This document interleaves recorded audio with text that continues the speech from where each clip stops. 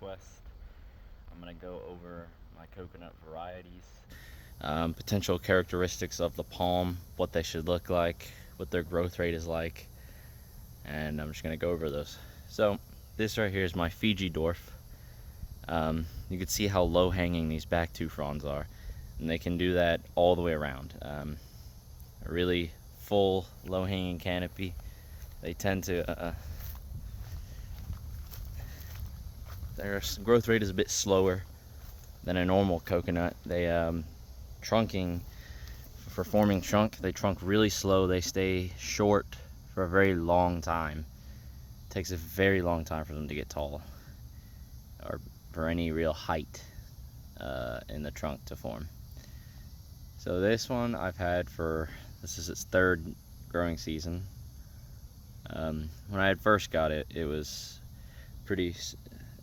fairly large, probably about standing probably at 8 feet, and it was in a 7-gallon pot. Now, typical Fiji dwarf characteristics are the trunk should be very bulbous, thick trunk at the base. Now this one's not very thick, and the reason for that probably is large and stunted in a 7-gallon. It probably should have been in a 25-gallon pot. But even with that, it still got a lot bigger than what I had expected it to. And you could see the leaflets are very, very tightly packed together. I mean, you can see that up there. Very wide fronds. The leaflets are very, very tightly packed together. That's standard Fiji dwarf characteristics. They don't really let a lot of light through. Very dark green growth, slow to trunk. I mean, when I first got this, it probably had just a little bit of wood right there. And 2 years later, it's still, I think it might have put on probably about half an inch to an inch of wood, maybe. So definitely a Fiji dwarf. Most coconuts, when they start trunking, they'll put on 6 inches to a foot of trunk a year pretty easily. This thing, I've had it, this is its third year, and it's done pretty much no trunking. It's got just a little bit. You can see the bases, see how spaced apart they are. So there's the dried one, you can see the green one, it's not much further up. So you're talking with each leaf face that comes off, it's probably about less than half an inch of wood. It has to be probably, maybe not even a quarter inch actually. It's very, very tightly packed leaf bases down there, which is part of why it trunks really slow. So that is the Fiji dwarf. Now we're going to move on to a Fiji hybrid. This came from a Fiji dwarf. The coconut came from a Fiji dwarf. The same person that gave me this one, that I got this one from. So it came likely from one of the same trees that came from. Now you're probably saying, well, I don't see much Fiji characteristics in this. Well, it's a hybridized one. They hybridize with other coconuts pretty readily.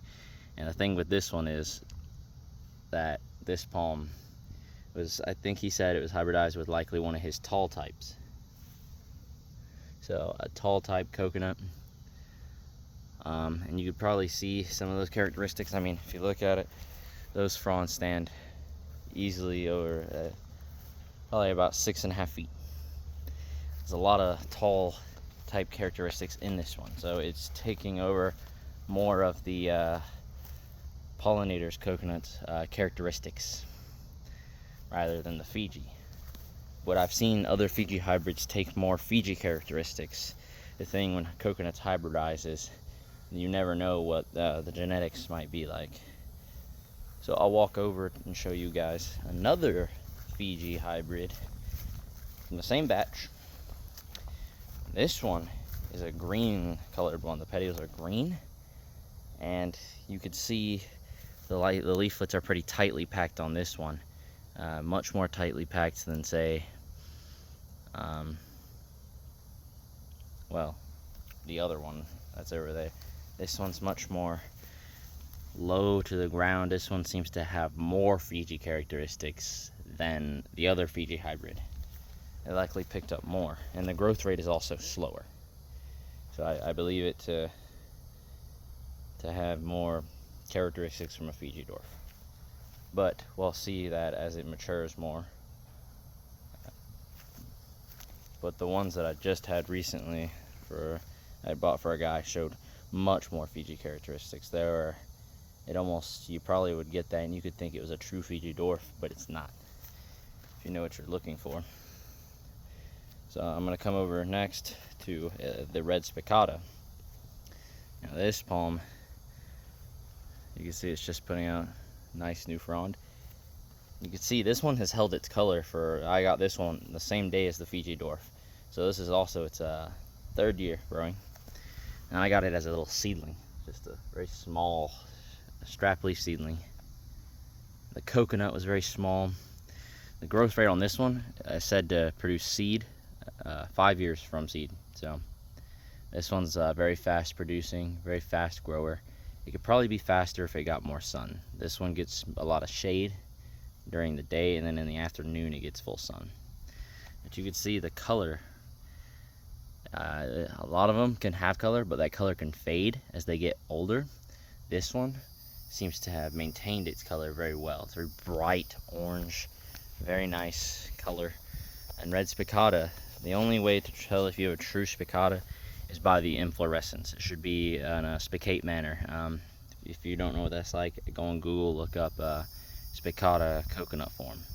You'll see how the coconuts are. They come straight in a line, straight up, rather than like a normal coconut inflorescence. Now these also hybridize really easily, like Fiji dwarfs, with other coconuts, so you get hybrids. The true spicata is a very dainty coconut, a very thin trunk, not very large fronds, and that's the true form of red spicata.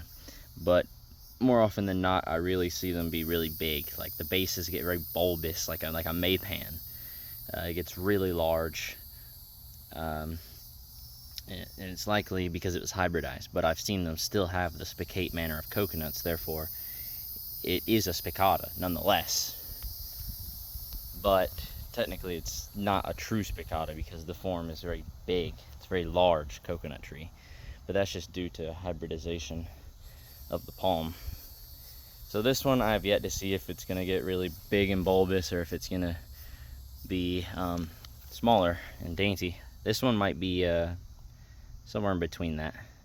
It's starting to get fatter, but it's not far away from forming trunk either. I mean, that leaf base right there, you probably pull it off and almost get the first little ring. So I mean, it'll fatten up some more. I'm hoping to get a couple more fronds off of this to really showcase, but you can see it's very colorful, light green. The fronds aren't very dark compared to the Fiji dwarf. I just sprayed all these palms this morning. I had a lot of spider mites, so if you see any residue on the fronds, that's just because of that. I mean, you can see over here, the color is just very bright, and it's really nice. Probably my favorite color, coconut. They're also much more cold sensitive. You get a lot of spotting in cold. This is probably from damage from pest feeding, sun, and a lot of other problems. I mean, you just get a lot of this damage here. And here's the front side of that. And you can probably see where that's gonna start forming trunk pretty soon. Probably in the next year or so. Might start getting some trunk rings on that. So I'll be on the lookout for that, of course.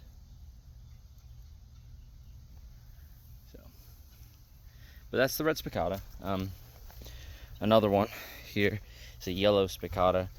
Very similar, just more lightly colored, a little more yellowish. This one had a really bad mite infestation and it had nothing but the spear. It's kind of coming back. We'll see if it makes it or not. This one is a Jamaican tall. Now you have two forms with this. You have kind of a bronzish colored petiole like that. It's like a bronzish green. And you get a green, just purely green. And the coconuts will be the colors of the petioles. So these coconuts are going to be very large, very large coconut with a pointed end. I forgot to mention the coconut size on the others. The Fiji dwarf is going to be very round, pointed end, very large coconut. It can be orange to a bronzish color. You won't really find them green. The spicata is going to be the same color as the petioles and a very small nut on that. And then the Jamaican tall, like I said, pointed, very large, and this should have a bulbous base. Should have a very flared base with roots showing at the bottom. Typically, the talls will form that, and they'll curve. That curved trunk.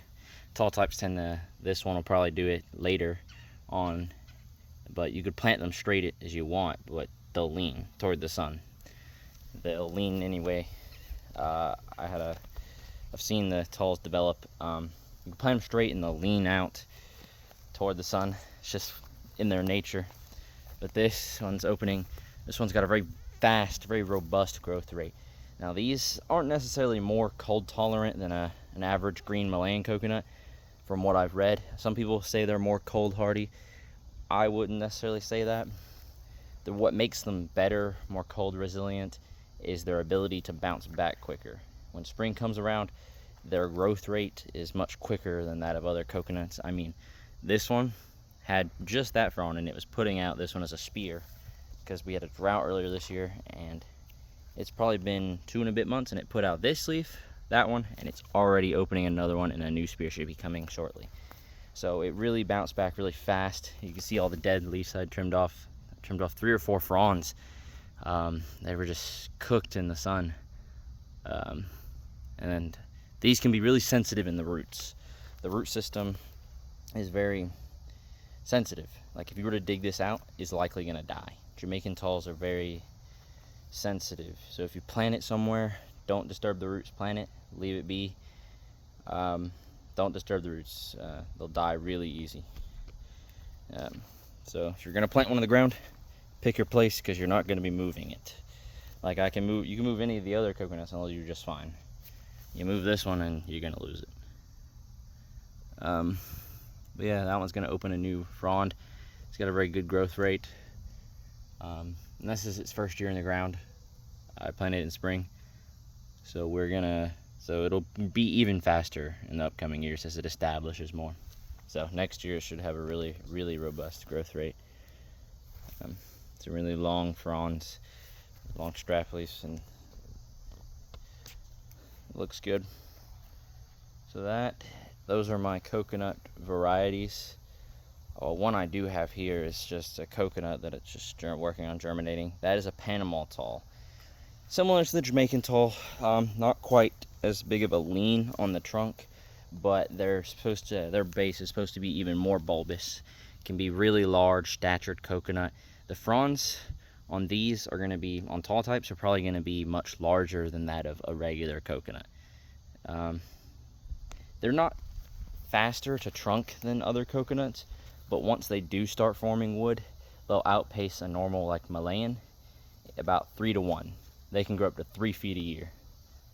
So once they do begin trunking, you'll notice the change in growth rate. It'll start trunking really quickly. And I've seen that in action. Comparing growth rate on coconuts once they start forming trunk. Because other than that, it's just going to sit there, and that's just going to get fatter and fatter until it starts trunking. Then that really tall growth rate will really kick in. The Panama tall is supposed to have the most cold tolerance, and I think that to be true. I used to have one, a young one, and the Christmas freezes of 2022, everything burned really bad, and this one was in a pot, sitting right, no protection, and it was a seedling, smaller than my Jamaican tall, just a strap leaf seedling. Took very minimal damage, just some spotting and some slight streaked burn spots, but barely any damage, and it was really, really cold tolerant. So if you are looking for one that has more cold tolerance and capability to bounce back quickly, I would go with a Panama tall or a Jamaican tall. Those would be my 2 best options. I don't have the most cold resistant coconuts. I have a red spicata, and you'll have pretty much everybody tell you not to plant a yellow or a red. And it has kind of a little canopy over it a little bit, so it does get a little warmer over here than the other side of the yard. So I mean, it does have a little bit of protection, and it's still at a size that I can protect it pretty easily. But if I can get a couple more years out of this, they could see fruit. And I'd really like this one to fruit, because the coconuts are supposed to be the sweetest of pretty much any of the coconuts that I have. Smallest coconuts, but also the sweetest. If you guys have any questions about coconut varieties and growth rates or any type of questions, leave those in the comments below. I covered most of the varieties, all the varieties I have. If I find myself around any other coconuts in South Florida that are different from standard Malayan, I'll try to make videos on those and what the characteristics that allow me to identify that coconut variety are. But yeah, that'll be this update, and that was a viewer request to go over the coconut varieties and what their potential characteristics could be, and what we're likely to see in the upcoming years. But that will be all for this one. See you guys in the next update.